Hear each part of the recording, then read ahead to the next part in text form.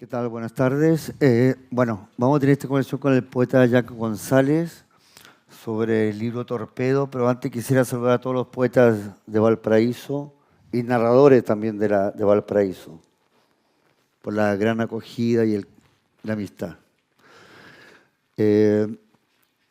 Jaco González, antes de la conversación vamos a ir en tres partes, ¿no? Vamos a hacer una pequeña conversación, después vamos a ver un video del proceso de Torpedo y después una lectura de Yanco. Para que muchos no conocen, Yanco González nació en el 71 en San Bernardo y migra a estudiar, ya que estamos en el Museo de los Inmigrantes, hace una inmigración interna en el país como inmigrante de San Bernardo a Valdivia, ¿no? A estudiar antropología.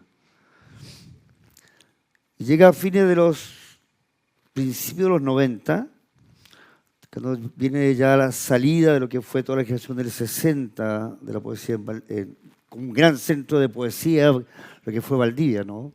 Los 60 y los últimos talleres, Omen y una generación de escritores en Valdivia, ¿no?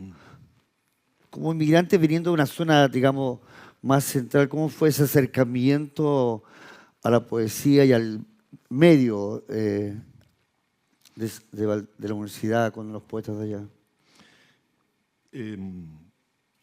Bueno, primero también agradecerle su presencia y su paciencia. Muchas gracias también a Puerto Ideas por la invitación y invitarme justamente con Sergio a compartir este libro. Es bonita, digamos, la pregunta biográfica porque es una suerte de inversión del martinrivismo, ¿no? En el sentido que fui alguien que no llegó de la provincia de Santiago, sino que huyó en realidad de Santiago como una opción también política a Valdivia. Básicamente imantado por lo que decías tú, Sergio. Yo estudié en un colegio donde tenía cierta tradición literaria, pero donde no había ningún prejuicio, entre otras cosas porque era un colegio donde llegaban puros estudiantes de provincia, era un internado.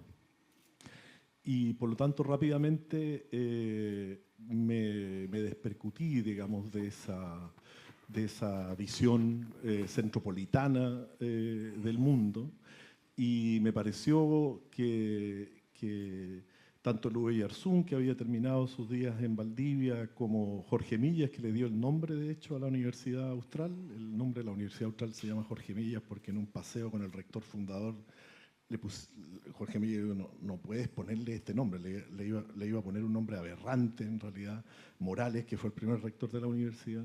Jorge Millas le dijo, no, tiene que llamarse Universidad Austral, en fin.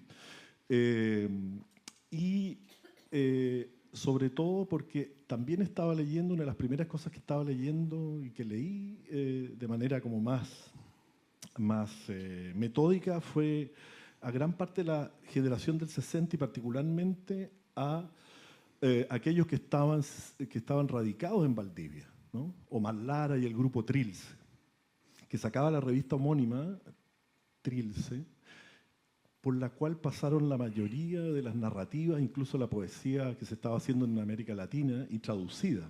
Por lo tanto, me parecía que era un espacio donde podía no solo emanciparme, digamos, de Santiago, sino también vivir la literatura con la misma intensidad que se puede leer en cualquiera metrópoli. Y claro, el proceso de migración inversa, yo creo que fue lo mejor que pudo pasarle, digamos, no solo a mis intereses, que eran básicamente políticos y literarios, pero fundamentalmente literarios, porque me encontré con una generación de la diáspora. De hecho, le comentaba, creo que hace poco, que lo primero que me impactó fue cuando Mar Lara llega del exilio y comienza a leer sus poemas, llega del exilio a Valdivia, a un recital, y yo me sabía, claro, los libros, los poemas de memoria, ¿no? Pero esa era una generación que ya había desaparecido. De hecho, Mar Lara se radica en Concepción. Y queda otra generación que también fue muy castigada, que es donde está Clemente Riedemann, donde está Jorge Torres, Rosabetti ¿no? Muñoz. La Rosabetti, que había estudiado ahí, y con esa gente en realidad comencé a compartir de manera muy intensa. Claro, yo tenía 18 años, pero claro, era un poco un viejo chico en el sentido de que, como lo había leído, estaba intensamente ligado a su escritura y quería conocer a esta gente de carne y hueso. Y lo primero que hice en realidad fue no escribir poemas, sino que empecé a entrevistarlos a todos. Y de hecho publiqué un libro de entrevistas que se llama Héroes civiles y santos laicos, con una opción un poco federalista, pero en realidad eso me sirvió para conocerlos a todos. Entonces hice un recorrido de Concepción a Chiloé, entrevistando a poetas de esa generación, la del 70, ¿no? Y ahí conocí justamente a Alexis Figueroa, conocí, digamos, los poetas de Concepción, qué sé yo, y hasta llegar a otros poetas un poquito más al sur. Y por lo tanto me inscribí biográficamente con esas vidas. Y finalmente terminé muy maridado con ellos por una cuestión también de amistad y una opción también de mirar el mundo desde ese lugar, sin perder obviamente la vocación universal de toda literatura. Pero claro, yo sé lo que apunta, porque en realidad, claro, yo venía también de leer a una generación que fue también erosionada por el campo literario, que era donde estaba también Sergio, ¿no? Estaba la generación de la Malú Riola, los bárbaros, le decíamos, ¿no? Y fue una lectura muy intensa desde cuando yo estaba en Santiago y por lo tanto los conocía, y ese choque también, que fue no solo literario y cultural, yo creo que animó también a hacer cosas más enrarecidas, ¿no? En el fondo es rarificar la escritura, viniendo obviamente de lo biográfico, porque me encontré con una tradición lárica, ¿no? Es decir, esa era la tradición, incluso estaba incrustada esa tradición lárica en lo que hacía Clemente, en lo que hacía Rosabetti, en lo que hacía incluso Licura Chewailaf, ¿no? Estaba incrustada ahí, ¿no? Pero claro, habían ciertos desvíos, ¿no? El caso particular de Carramagún de Clemente Riemann, que hacía una suerte de mestizaje disciplinario entre antropología y poesía, que fue clave también para abrir ciertos mundos, y lo que hacía Majavial, que era alguien muy vitalista y con la cual nos acompañamos en la escritura también y en la amistad hasta el final de sus días. Por lo tanto, digamos, para cerrar, fue, yo creo, lo mejor que pude hacer en mi vida, sobre todo para la literatura, porque en realidad me permitió ver lo que se estaba haciendo desde un lugar relativamente tranquilo y concentrado para hacer la obra, digamos. Mirar desde ahí con tranquilidad lo que se estaba escribiendo, ¿no? Y en el fondo metiendo en el caldo de los huesos de la poesía lo que no se conocía que se estaba haciendo en el sur. El libro de Alexis Figueroa, Vírgenes del Sol en Cabaret, fue importante. Y por cierto, lo que estaba haciendo Malú, el libro tuyo de La Manoseada, fue algo que en su mixtura con estas tradiciones me permitió hacer lo que siempre, digamos, estaba desde el inicio. Yo creo que por una cuestión también parriana, ¿no? Que en el fondo es esto de la rarificación, ¿no? Rarificar. Y yo pensaba eso, y sigo pensando que en el fondo este oficio, ¿no? Este loco suelto en el pueblo, que es el poeta, ¿no? Está no solo condenado, sino que tiene la maravillosa licencia de rarificar el mundo, ¿no? Claro, bueno. Claro, güey, con todo ese mundo que te encuentras en Valdivia que nos estás narrando, aún así aparece en el año 98 un libro que se llama Metales Pesados, que es la antípoda de todo ese mundo fluvial, de esa poesía lárica que venía gestándose en el sur, o tanto en Licuachihuaylá hacia atrás, ¿no? Sí.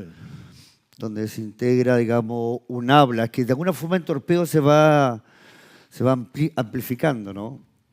Que no termina, digamos, en Metales Pesados, sino que en todos tus libros, ¿no? Que son las hablas, digamos, de la calle, ¿no? El COA, ¿no? Se van incorporando ciertos sismos del lenguaje, digamos, ¿no? Que se van generando ahí. ¿Cómo va cómo se puso ese choque ahí? Porque conociendo esa poesía de ese momento en Valdivia, porque en Santiago, como decías tú, ya había una relación con esa poesía ya, ¿no? ¿Cómo se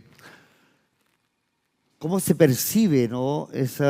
Con respecto a esa poesía de metales pesados, de ese lenguaje, digamos, ¿no? Del el pastabacero, el, mm, el que está en la esquina esperando a la guaite, ¿no? ¿Cómo lo toma ese residuo ya de esa poesía lárica, ¿no? ¿Cómo choca ahí? ¿Cómo Sí.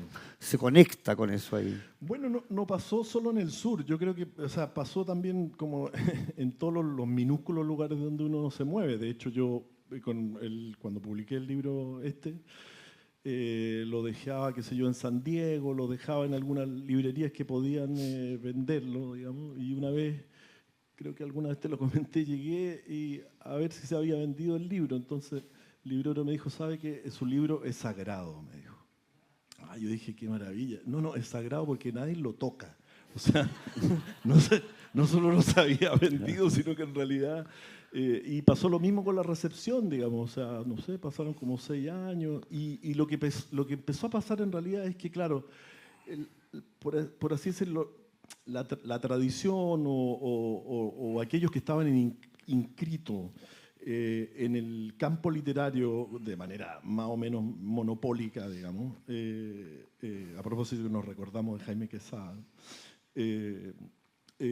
claro, no, o sea, era una literatura basura, ¿no? Sí, un poquito. La amistad literaria más que la filia estética hizo que en realidad la comunidad de poetas, amigos, sí lo recibieran amicalmente, pero no necesariamente lo recibieron como, pucha, con un gusto, con un placer. Pero lo que empezó a pasar es que en realidad, claro, el libro le empezó a hablar a otra generación que sí se conectó mucho con el libro. Y finalmente ese era el lugar más cariñoso para persistir en la escritura, porque ese fue mi primer libro, en que yo había publicado una antología, pero eran esos poemas. Fue lo que permitió en realidad insistir, digamos, y resistir un poco, no solo este desdén, digamos. Yo creo que era también legítimo, pero era esto de lo que empezó a pasar también en la antropología. Es decir, la antropología, el antropólogo decía, no se pueden decir garabatos aquí, Sergio. Después del 16 de noviembre. Bueno, pero lo podemos decir, ¿no?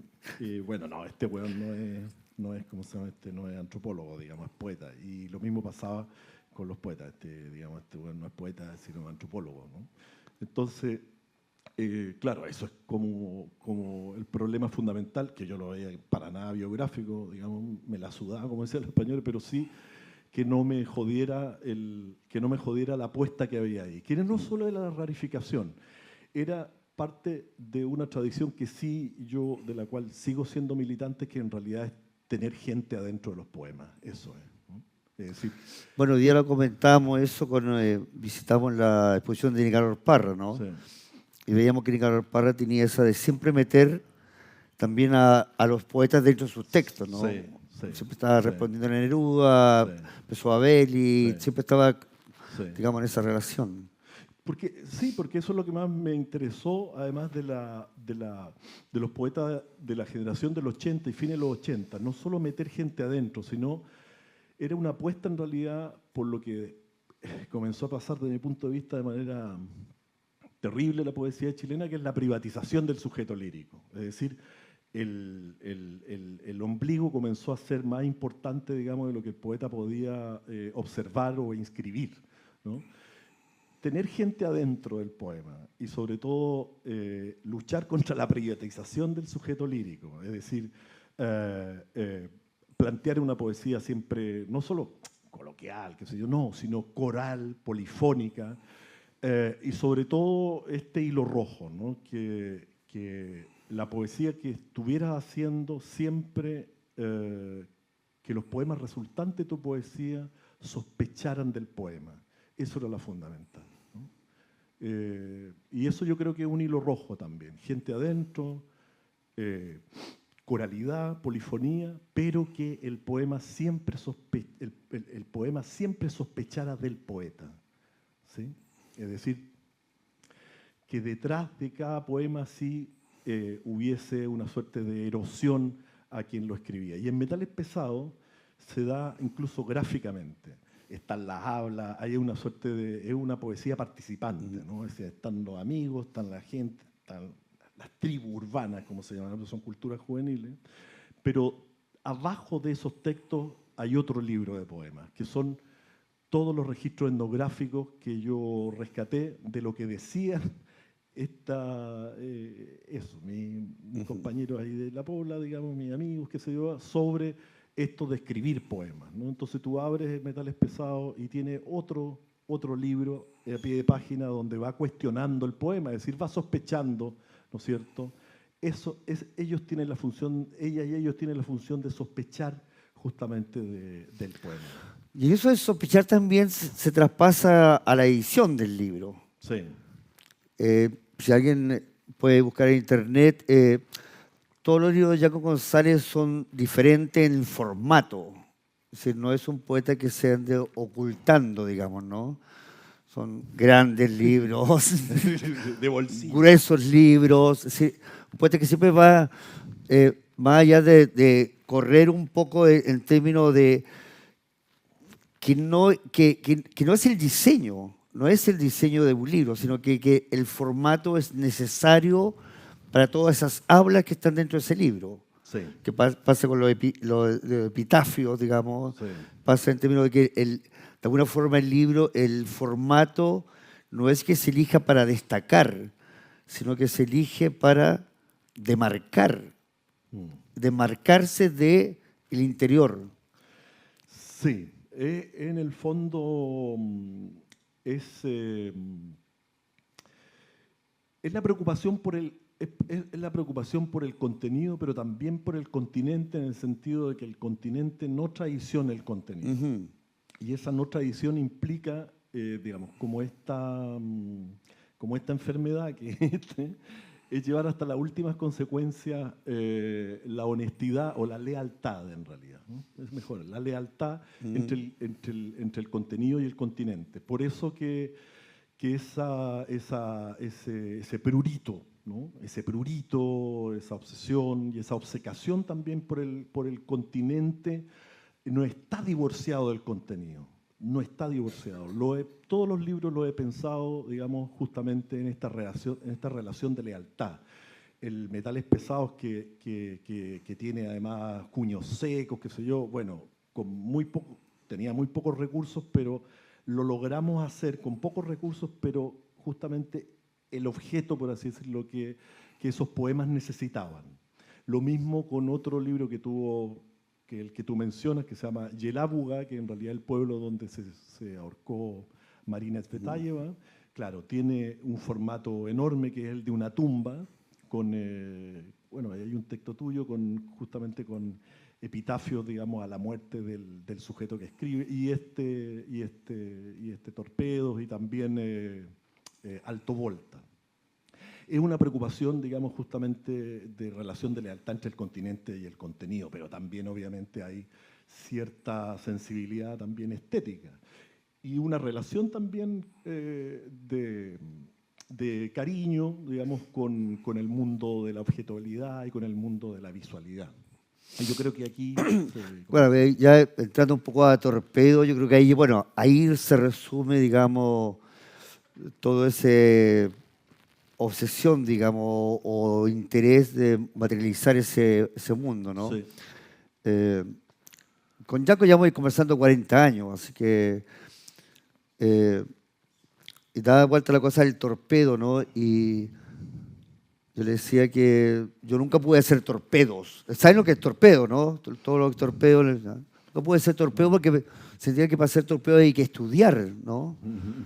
Para poder resumir algo había que estudiar. Y yo como no era malo para estudiar, no podía hacer torpedo, ¿no? Y me di cuenta también cuando revisando mi biblioteca, dije, tampoco subrayo libros. Y que otra forma de hacer torpedos, sí, ¿no? Todo lo que tienen biblioteca, que están subrayados, las citas o las notas son torpedos, sí, ¿no? Para poder buscar después fácilmente una cita, ¿no?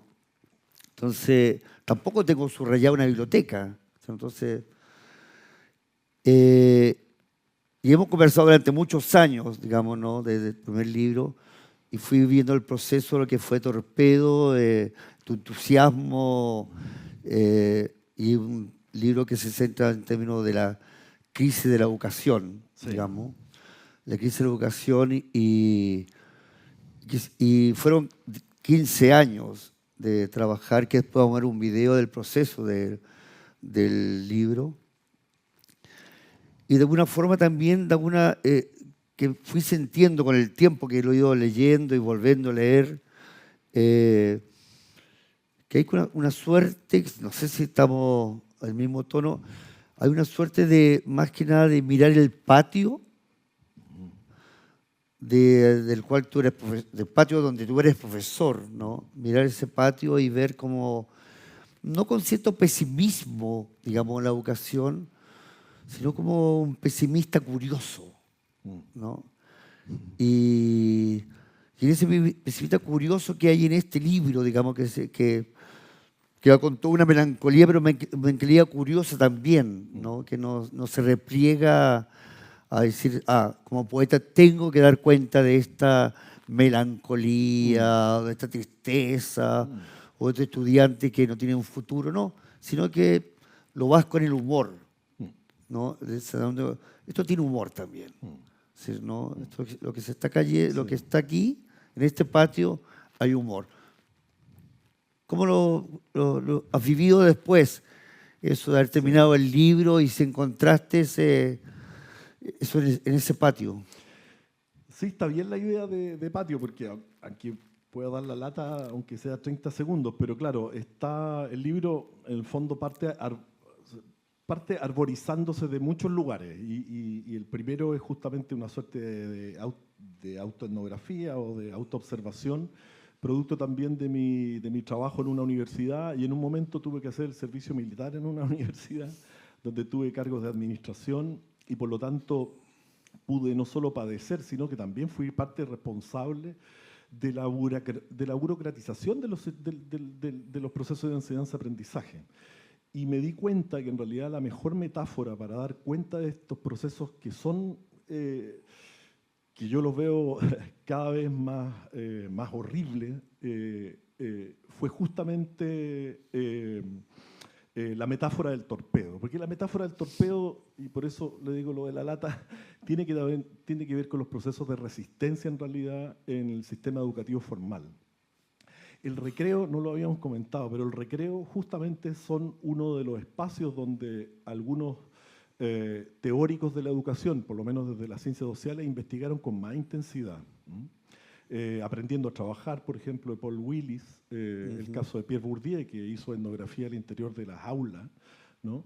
Se dieron cuenta que los chicos de clase obrera terminaban haciendo trabajo de clase obrera por una razón muy sencilla, porque todo lo que nosotros creemos epifenómico o accesorio en los sistemas de educación superior formal, en los sistemas de educación formal, no superior formal solamente, se libran en el cachamal, se libran justamente en los recreos, se libran en el bullying, se libran en los insultos, digamos, se libran en esos espacios cotidianos, digamos, donde ocurre el deseo y que finalmente terminan en resistirse a que los capitales culturales dominantes, digamos, puedan inyectarse en los y las educandas. Digamos. Eso es.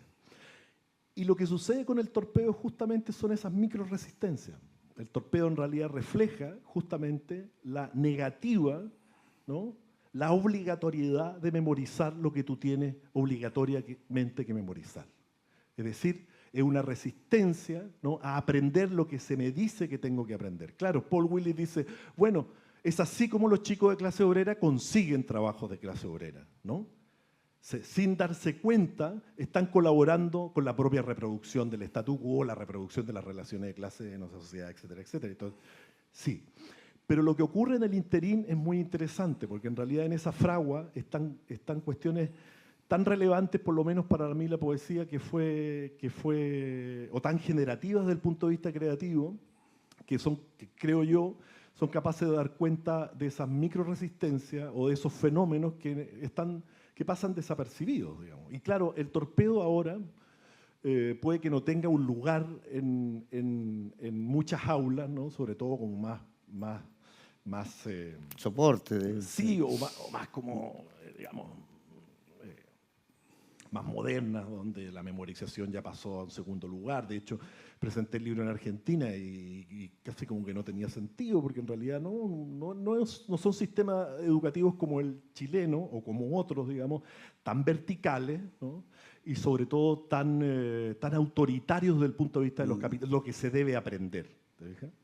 Pero aquí, en nuestro país y en otros, digamos, en México incluso, hace sentido. Ahora, lo interesante en realidad es que, a propósito de lo que decías tú, que en realidad si hay un eje cardán también del libro, y por eso que aparece el humor, en realidad es registrar, cartografiar el absurdo, ¿no?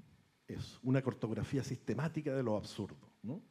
Y por eso que hay también mucho del material donde está construido son las 14 reuniones que tenía diariamente, que tenía que anotar, digamos, y que tenía tomando nota, digamos, y incluso las propias clases que yo hacía, las preguntas de los estudiantes, es decir, la vida cotidiana al interior, en este caso, de una universidad. Pero también yo trabajé como educador popular, hacía talleres, de hecho, de poesía con jóvenes, ahora le dicen en condición de vulnerabilidad, pero era, en nuestro tiempo, digamos, se llamaban jóvenes urbanos populares. Y por lo tanto pude también decantar esa experiencia y transformarla, digamos, en textos disque poéticos. Sí. Bueno, dentro del libro Torpedo hay objetos, digamos, que lo van a ver después.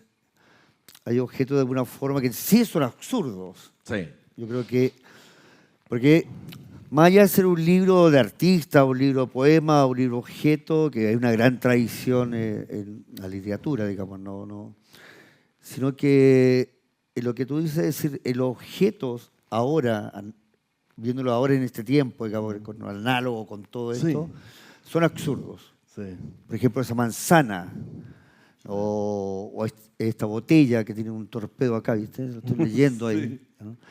Son absurdos. ¿Sí? Pero lo interesante del libro Torpedo es que primero está construido en un libro de poemas. No es que el absurdo, digamos, el objeto donde está oculto este torpedo, detone eso posteriormente un poema, sino que el poema primero se construye un libro de poema, como se escribe, ¿no? Y después se desplaza al torpedo, ¿no? Para hacer que este libro tenga una constelación, ¿no? Sí, sí. Hay una constelación ¿no? Una constelación donde estos objetos van circulando, digamos, ¿no? Y se van integrando, ¿no? La edición, no me recuerdo cuánta es la edición de este libro.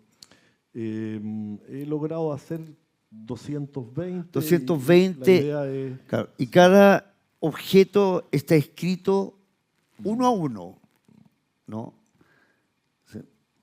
¿Cómo fue el proceso de conseguirte todos esos objetos, porque son todos iguales, digamos, que están en el interior, de conseguir esos objetos y que calzaran con los poemas que ya habías escrito? Sí. Porque no es porque hay el libro adentro tiene un libro de poemas, ¿no? Entonces, no es lo mismo que un libro de poemas vaya acompañado de objetos para hacer un artefacto, sino que cada objeto está buscado porque el poema no necesita ese objeto. Sí. ¿Cómo fue esa búsqueda de cómo te...? Sí, es un poquito... También el libro también la factura del libro es bien, o sea, es también bastante absurdo en realidad, porque, claro, de hecho participaron 4 imprentas, esto salió carísimo, esto deuda, o sea, fue eso, algo que no para nada recomendable, digamos, ¿eh? De hecho, quería traer varios ejemplares, pero cada uno pesa como 5 kilos. O sea, esto es realmente para nada recomendable. Pero en realidad mira, hay una frase de Nietzsche y los filósofos presentes que es interesante en relación a la poesía. Dice, la poesía es bailar en cadena, bailar encadenado también, ¿no? Y eso es interesante porque una de las cosas generativas también del libro, ya propiamente metodológica, fue colocarme este pie forzado, ¿no? Y el pie forzado es justamente era bailar, hacer poesía, pero encadenado. Y más que a propósito de relaciones, por Juan Luis Martínez, que hoy día fuimos con Roberto, no sé si estará acá, fuimos a ver la tumba de Juan Luis Martínez y eso. Más que Juan Luis Martínez y eso, que además me parecieron siempre muy interesantes y fertilizaron además mucho de lo que uno escribe. Más interesante de eso fue Arturo Alcayaga, que es de esta zona además. La Ferretería del Cielo. Ferretería del Cielo. Y él en realidad construyó un libro con los remanentes de imprenta, ¿sí? Es decir, era lo que tenía, ese era su pie forzado. Y por lo tanto, yo dije, el pie forzado en realidad es lo que va a permitir la salida o la lealtad de estos poemas que están escribiéndose con este mundo objetual que quiero construir. Y eso fue terriblemente difícil también, porque en realidad no es solo, lo van a ver en el video, no solo era la mecánica de escribir cada poemita, digamos, insertarlo, sino había que construir torpedos, o había que construir este ingenio que yo etnografié, digamos, entre el mundo escolar, antiguo, presente, digamos, de la goma que se abre en el lápiz, digamos, es decir, esta tradición de truco, digamos, de trampa, ¿no? en los objetos. Sino que se me agotaron esas trampas, o sea, lo que yo veía ya, pero entonces tengo que hacer en realidad, crear nuevas formas de hacer hacer leso a mi profesor, digamos, y que funcionen en la vida real, ¿no? Por lo tanto, el pie forzado era, primero, imaginarte un torpedo, inventar un torpedo que funcione en la realidad. Es decir, que si yo tengo una profesora al frente, un profesor al frente, y yo quiero copiar, eso tiene que funcionar, ¿no? Por lo tanto, tenía que inventarme un torpedo. Segundo, tenía que hacer un buen poema. Una de las cosas que siempre hemos tenido en común con Sergio, y esas 40 años de conversaciones han girado casi de manera gravitatoria en torno de avísame si hago el ridículo con este poema, ¿no? En eso siempre lo avisamos, ¿no? Entonces, la idea era no pasar vergüenza tampoco con los poemas. O sea, tenían que tener justamente la dignidad del objeto, ¿no? Esos poemas tenían que ser dignos a los objetos. Y tercero, había que confeccionarlo con mis manos, ¿sí? Por lo tanto, era un absurdo desde el punto de vista del trabajo porque implicaba pensar con los dedos, digamos, y llevar buenos poemas a un libro. Porque lo que ha dicho Sergio, en realidad, quizás no lo dice directamente, pero ustedes yo creo que lo entendieron. En el fondo, hay mucho de esta tradición, digamos, visual, ¿no? Objetual, que ha despreciado un poco al texto, digamos, ha despreciado al poema, ¿no? Creyendo que en realidad la propia objetualidad, la propia visualidad va a tener la presencia suficiente para salvar, ¿no? La vergüenza del mal poeta que hay atrás, ¿no? Eso obviamente después de nuestras conversaciones o transformar este oficio en algo responsable, obviamente me hacía que este libro tenía que no solo hacerse con las manos y etcétera, etcétera, sino que tenía que tener poemas que no me hicieran pasar vergüenza.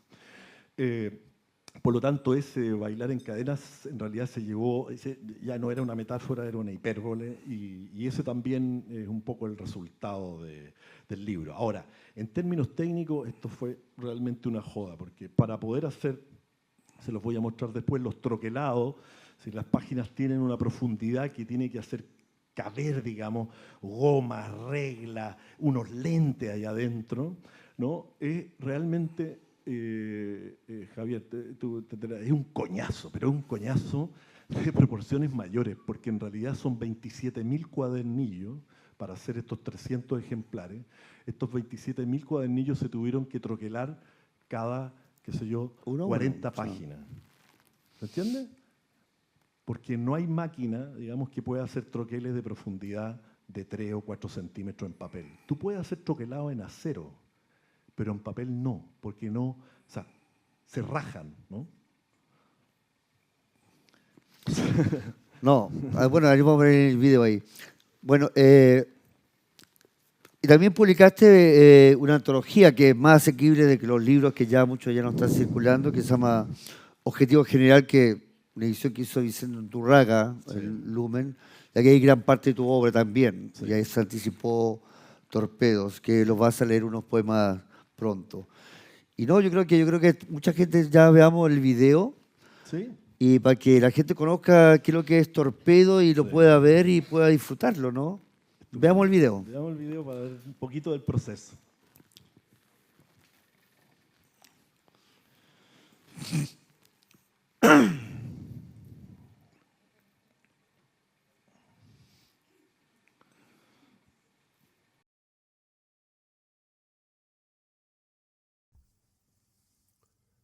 El libro surgió hace ya 14 años, pero no comenzó a materializarse sino hasta el Festival de Poesía de Rotterdam en el año 2015, donde presenté los textos que venía escribiendo sobre el profundo cansancio que tenía en relación al deber, a la obligatoriedad de retener ciertos contenidos y conocimientos para hacer algo o alguien en la vida. Por entonces, llevaba ya más de 20 años desempeñándome como académico y otros tantos dedicados a la gestión universitaria, y la educación formal me comenzaba a parecer desilusionante y colmada de disparates burocráticos. Pensé que ese hartazgo no podía expresarse desde el alboroto discursivo o la asepsia conceptual, sino desde lo precario, desde la miniatura de lo textual y manual para sortear estos absurdos. Es decir, desde los torpedos, esa suerte de artesanía plebeya presentes en tantas culturas y países, con nombres tan diversos como acordeón, chuleta, machete, speckbriefe o pusquiza, que nos regresa, creía yo, al sinsentido de lo que debe obligatoriamente ser memorizado. A partir de ahí, construí, presenté y leí los primeros poemas torpedos de este libro, basados en un cuaderno de campo donde había registrado por varios años cientos y cientos de reuniones e interacciones administrativas y pedagógicas. A partir de 2017, y viviendo en Inglaterra, Torpedo fue creciendo a través de la escritura de muchos poemas, los que además extendieron el nudo dramático del libro, acopiando absurdos educativos para testimoniar algunas penurias sociales y biográficas relacionadas con la memoria. Pues descubrí que el torpedo parecía ser un exacerbado esfuerzo por esconder lo que no vale la pena encontrar. Allí también confeccioné varios de los objetos torpedos que irían a albergar esos poemas: el metro, el parche curita, la regla doble y una primera versión del anillo perforado surgieron y se esculpieron allí. A esas alturas, yo era consciente que mi filiación con la poesía visual u objetual siempre había sido directa, pero nunca constituyó una finalidad, sino más bien una sinceridad. Y Torpedos debía responder expresivamente a eso, a una lealtad con la forma en la que estos poemas querían comunicarse. Estos últimos 5 años fueron de un intenso trabajo artesanal y un sinfín de experimentos con mi amigo y editor Ricardo Mendoza. En mi cabeza no solo estaban los poemas escritos y por escribir, sino el cómo darle forma de Torpedos, reproducirlos al menos en un número de 300 e involucrarme manualmente en todo el proceso. Y claro, cómo llevar todo esto a un libro que pudiera ser leído, visto y palpado. Después de probar varios prototipos técnicamente fracasados, apareció esta versión, lo que me obligó, sobre todo a Ricardo, a redoblar la paciencia y sumar la ayuda de algunos familiares y amigos, pero sobre todo a no cejar y no abandonarlo, pues había encontrado al fin la casa para estos poemas. Una de las secuelas de la escritura de este libro, quizás un obsequio impensado, fueron parte de las composiciones visuales y escriturales que realicé a lo largo de esta década para hospedar los poemas, y que van en formato de imágenes al interior del libro mayor. Quedaron todas esas obras en mis manos y resolví devolverles algo de dignidad enmarcándolas para ser expuestas, de tal manera que siguieran el viaje entre quienes las necesitasen. Son 39 piezas de 30 por 40 centímetros, más 4 cajas de similar tamaño con algunos torpedos objetuales que en el libro van impresos en los marcadores de páginas. Se sumó a todo ello, y en los albores del lanzamiento de este libro, la elaboración de un torpedo más grande, que espero se encuentre en el centro de una sala y al que siempre soñé acudir en mis años de estudiante. Y bueno, esta es la pequeña historia de este libro y esta es la pequeña historia de estas palabras manuales. Siento que pasados los años quedó esto: la poesía como una antropología microscópica, la escritura como escultura pobre, como prótesis de la memoria, como disfraz o como trampa. Me he demorado mucho, lo sé, pero ¿cuál era el apuro? Nunca esperé pasar de curso ni ser el primero de la clase. Por lo demás, nadie está expectante que escribas otro libro. Quizás es al revés, ¿no? Quizás la gente no soporta un libro más de poesía, y la verdad, muchas veces me cuesta no encontrarles la razón.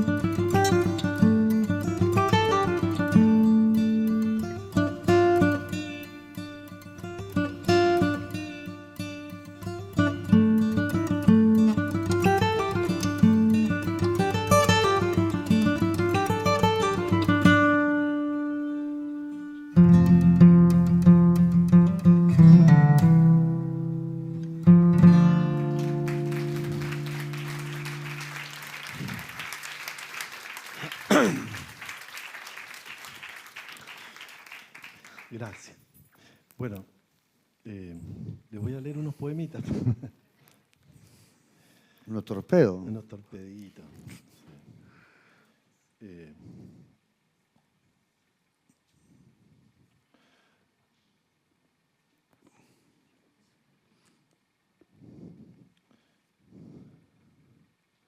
Vamos a comenzar por este, que es una goma que yo creo que estaba ahí ya expuesta y tiene, obviamente, el poema acá. A ver si podemos hacerlo.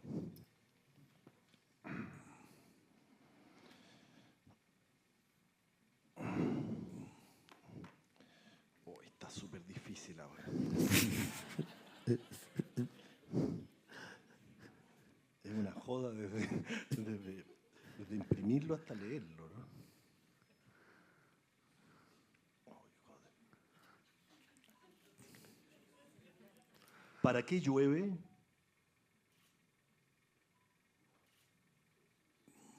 Llueve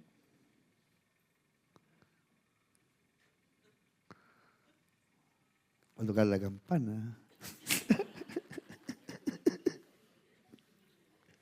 llueve para enterrar a alguien. Llueve para callarse un rato, para botar la mirada en una poza.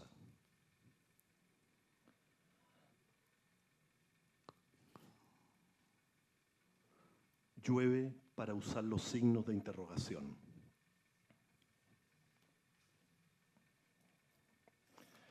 Este está en 1 metro y se coloca acá, en realidad. Y claro, como es retráctil, entonces cuando viene la profesora, se esconde. Entonaciones en el ojo que no se encuentran en la lengua. La inminencia del temblor, la maniobra de Heimlich. Colores en la lengua que no se encuentran en el ojo. la mentira blanca, la pena negra. Gracias, compañero.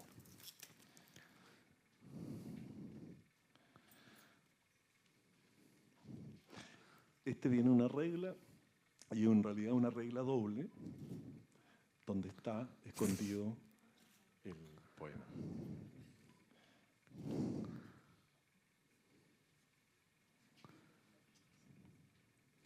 La mirada tiene una languidez que llamamos días.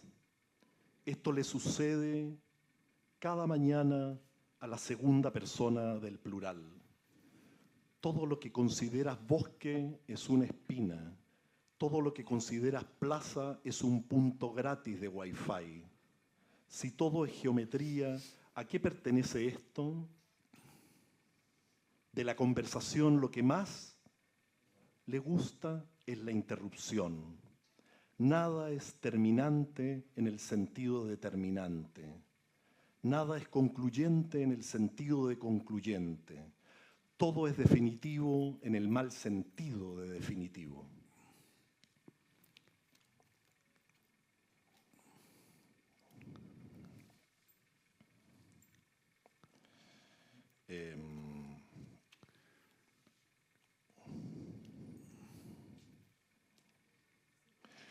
Este es un lápiz que tiene un mecanismo algo curioso,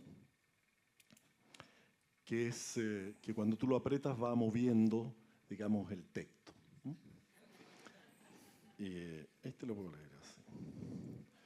Donde dice línea es forma, donde colores, texturas y donde ritmo, orden. ¿Qué es el arte? Colgar en un muro las cosas que alguna vez te hicieron daño.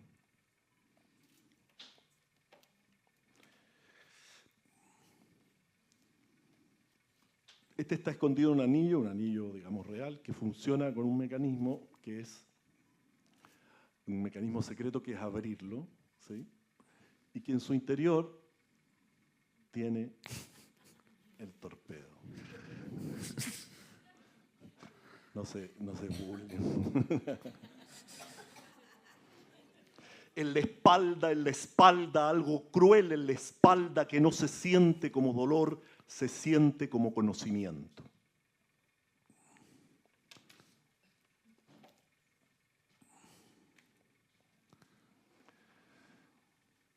Esto está escondido en unas gafas, en las patas de las gafas. A ver si... No, esto es imposible leerlo de aquí. Pasa. O sea, Pasa. Pagan bien en Puerto Ideas, pero nunca... Ya. Pero yo les traje algunos poemas que no pudieron estar porque ya la materialidad no daba en el libro. Y es La manzana del profesor. Entonces la vamos a abrir, La manzana del profesor. ¿Sí? Y este poema dice así. Pórtese bien, Vicente. La belleza es griega, pero la conciencia de que sea griega es chilena. Nada es, todo se otrea.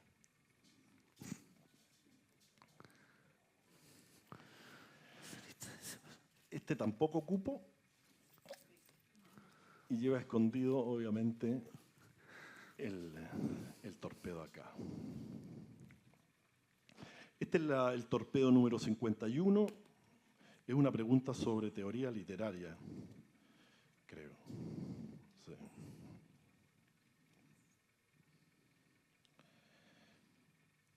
Teoría. Diegues y Paul de Man. Unidad 1. Toda literatura sin esperma parece orina. Sigamos. ¿Qué es el teatro? El deseo irreprimible de ponerse de pie. Primer escolio. Escribo mal, pero corrijo como los dioses.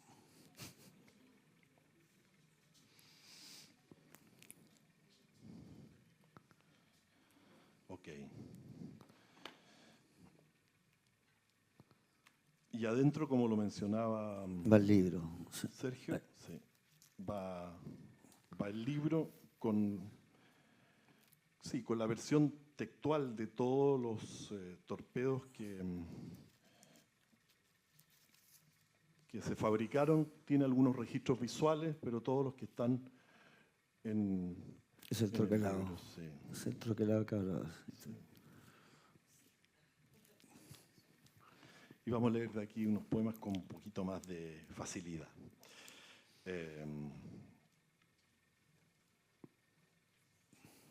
Este es el torpedo 3 y dice así. Introducción a la etología. Todas las clases te servirán. Los instintos, el aprendizaje, el territorio y la jerarquía. Entran las conductas migratorias, las miradas lascivas, la estructura social. Entonces viene una batería de 3 preguntas. ¿Se educa, se adiestra o se doma? ¿Eres parte de la fauna protegida? ¿Quién dice que no estás en cautividad? Este es el torpedo 11, dice así. En la sala de al lado, el profesor lleva 1 hora hablando de la tradición, la familia y la llama de la libertad. ¿Cómo olvidar la sala de al lado? ¿O era un establo? La palabra se dormía mientras el mundo despertaba.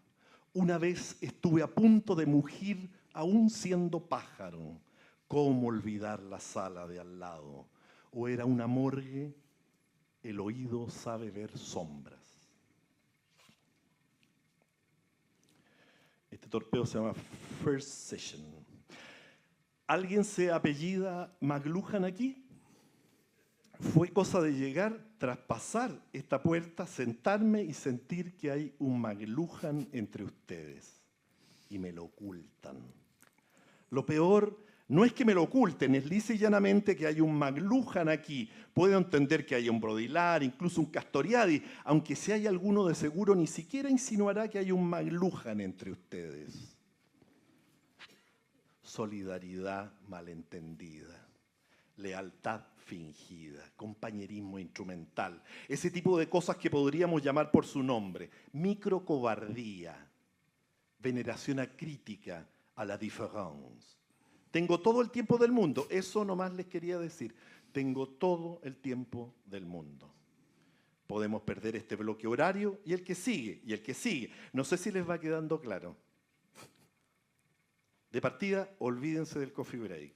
La dirección me autorizó a encontrar a un McLuhan aquí y si nadie dice nada podemos estar hasta mañana. Es decisión de ustedes. Nadie les pide un Gayatri Spivak, una Lambadiou, que les quede claro. Pero de aquí nadie se mueve hasta que aparezca McLuhan, que estoy seguro está aquí y todos le conocen muy bien. ¿Alguien tiene valores? ¿Algún voluntario quiere decirme algo? A ver, vamos a hacer una cosa. Sí, vamos a hacer una cosa. Vamos a cerrar todos los ojos, bien cerrados. A ver, todos con los ojos bien cerrados. A ver, sin hacer trampa. Durante 2 minutos daremos la oportunidad al que sea que ponga a McLuhan acá enfrente. Que tenga la seguridad que nadie lo va a ver. Recalco, nadie lo va a ver. Yo tampoco lo voy a ver. Entonces, así nadie ha sido. ¿Ok? Todo con los ojos bien cerrado, a la cuenta de 3.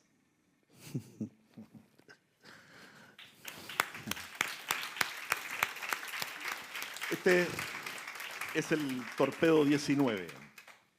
En el mapa identificar y corregir de esta manera. A Osorno le falta un Antofagasta, a Temuco le sobra un Talca, a Copiapó un Angol, en Iquique se agazapa un Talcahuano, en Valdivia un Puerto Montt, en Linares sobresale un Ovalle, en Los Ángeles un Pitrufquén, en Punta Arenas se esconde un San Antonio y en Calama un Coronel.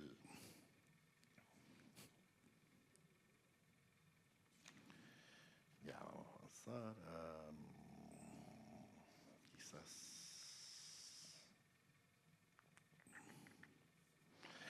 el torpedo 38. Educación física, dominio espacial. Una sobre lanzar o quizás otra sobre recepcionar. Las respuestas tienes que bosquejarla. Traza una pareja espalda con espalda y en medio un balón medicinal. Dibuja esa imagen hasta que se hagan viejos. Este es un torpedo sobre dramaturgia. Hay que aprender dramaturgia. Estos son ejemplos del Torpedo 40. Dramaturgia, ejemplo. Artaud, estos son un diálogo, ¿no? Artaud, dice Artaud. Artaud, lo que no comprendo es para qué Van Gogh se ha dejado la otra oreja.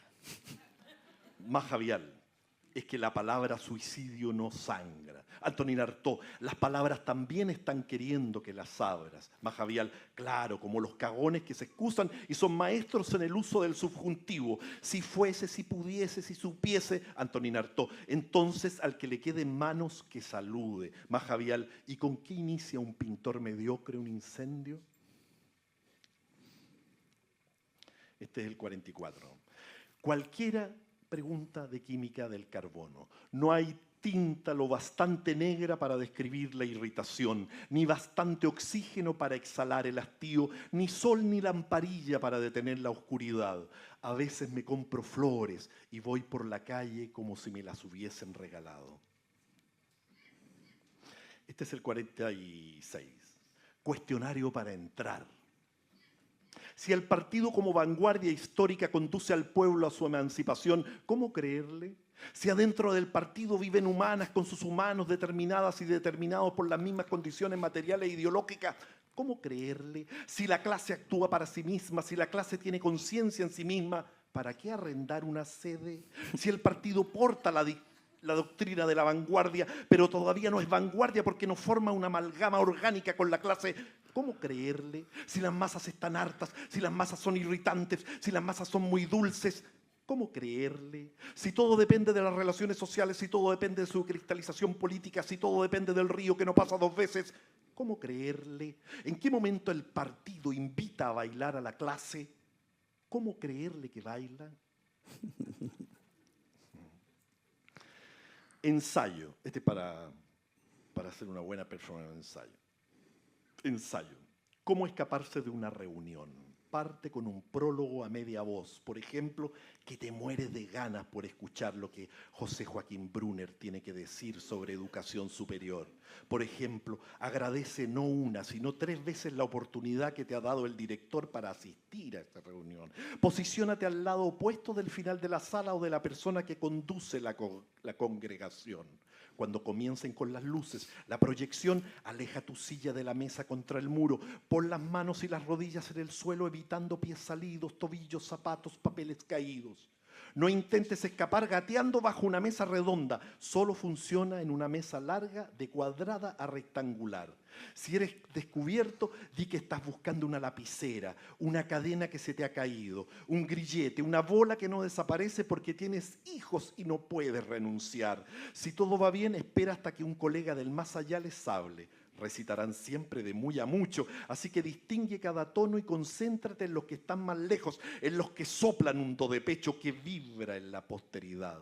Hacia allí se irán todos los ojos dejándote el camino llano, el bosque de piernas desbrozado, la esclavitud que te has ganado, el vacío, el pasillo, el vano.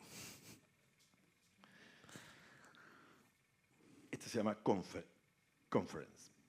Bueno, primero que nada agradecer la invitación, la presencia de todos ustedes, en especial del decano y del director. Sé que las autoridades están siempre ocupadas en tareas muchas veces ingratas en la administración y verlos en alguna actividad académica reconforta de sobremanera a quien, como yo, ha dedicado su vida a la ciencia, en especial a la cefalea y sus efectos en el rendimiento escolar, desde la 4ª a la 10ª región. Pero permítaseme retroceder unos lustros antes de entrar en materia. Cuando hace más de 20 años iniciamos nuestra odisea, la pregunta entre los especialistas de todo el mundo era una sola. ¿Por qué los pájaros carpinteros no sufren en la cabeza dolor? Mientras algunas aves volaban fuera de sus refugios, hartas de dominancia intraespecífica, hacinamiento o agresividad parental, o como la gallina común, agobiada de poliginia y preocupaciones de corral, no resistía más saltándose todas las reglas de comportamiento grupal, el pájaro carpintero, los pícidos en general y el Colaptes pitius en particular pasaba por el mundo sin desasosiego, inmune al desconsuelo, al tormento o a la aflicción. lo que inevitablemente repercutía en la cefalgia producida por las variables principales del dolor. Fueron tiempos aciagos, con escaso reconocimiento de aquellos pioneros que, como Shackleton, tuvieron apenas apoyo o comprensión. Sus hallazgos fueron claves en la senda que permitió a ese gran experto algólogo Pedro Lautaro Ferrer formar generaciones y generaciones que, como yo, tomaron el relevo para introducirse en las graves consecuencias de la jaqueca en el desempeño escolar, desde la 4ª a la 10ª región, y posibilitar a las autoridades, a través de una política sanitaria y programas educacionales, tomar las mejores decisiones en el ámbito preventivo y no solo paliativo una vez que este grave impedimento se desencadenó. Antes de ver algunos gráficos de torta que hemos preparado con las últimas evidencias, tanto de laboratorio como en encuestas, quisiera preguntarles en forma abierta: ¿quién en esta sala ha visto mermado su ejercicio o su cometido por molestias agudas en la cabeza? Es probable que ahora mismo las esté sufriendo, lo que prueba cuán extendido es este flagelo. Por lo mismo, un ejemplo entre ustedes sería el mejor ejemplo. Repito, ¿hay en esta sala algún colega, estudiante o miembro del staff administrativo que sienta en estos momentos una leve, no necesariamente intensa, pero permanente presión en su cabeza con resultado de malestar? Bueno, sé que en el sur el público es más introvertido, pero en esta parte necesito vuestra ayuda para poder continuar.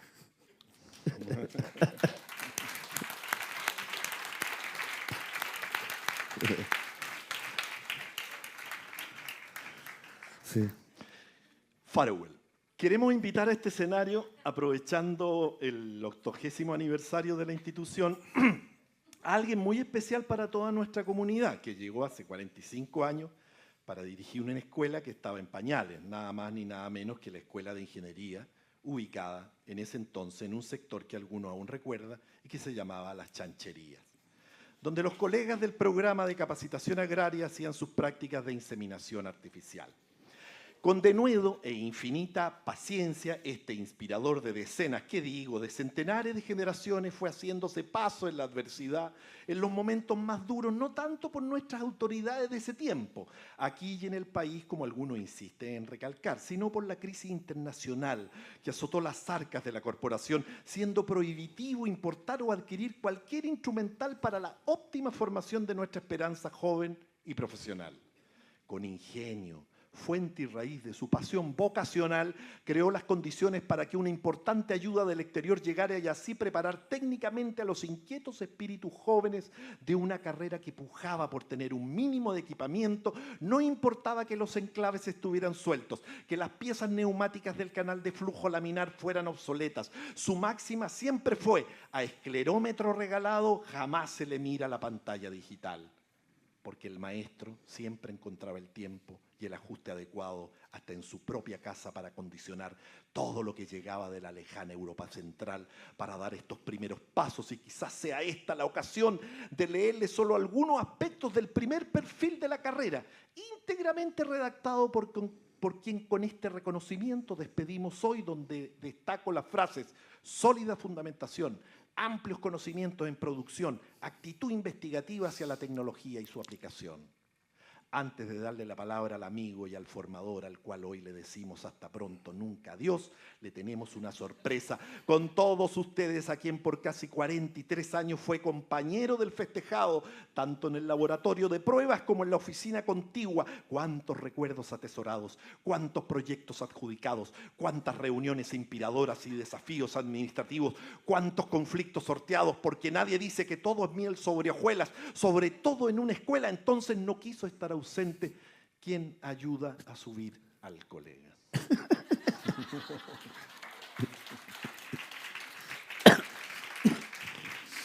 Ya. Dos poemas para terminar, que es la última parte del libro, qué sé yo, que es el Torpedo 78. Sí, hay que un cambio de tono total, ¿eh? Pero bueno. Las madres también se mueren, no solo las tías.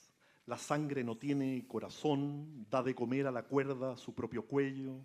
Todo lo que considerabas cementerio son unas gafas de sol.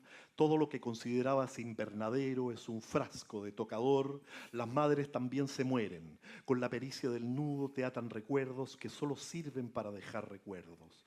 ¿Cuánto tiempo hay que visitar una casa para que deje de ser tu casa? Este poema no tiene brazos, pero te puede llevar. El penúltimo, 98. Si no aprendes poesía, no serás capaz de mover los brazos. No importa que derrames, lo que importa es que caiga suficiente adentro. Pionero no es el holandés que descubrió la vida microscópica. Pionero es el niño que inventó un paraguas para el grillo. Mi madre está en mis dedos. Y el último, que está escondido en este reloj, está escondido en este reloj, y creo que no se lo voy a poder leer porque se borró completamente, sí. Pero creo que está acá. A ver si lo encuentro. Pero es uno cortito. El último quizás está...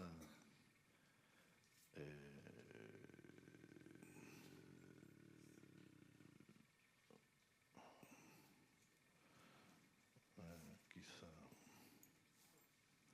es uno cortito.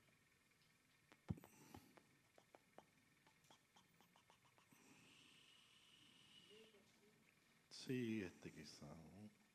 No, es que quiero leer este porque me recordé y... Este. Se llama Que no quiere. Que no quiere morir como un perro, nadie quiere morir como un perro, todo ser humano merece no morir como un perro, ha vivido como cerdo y no quiere morir como un perro. Muchas gracias.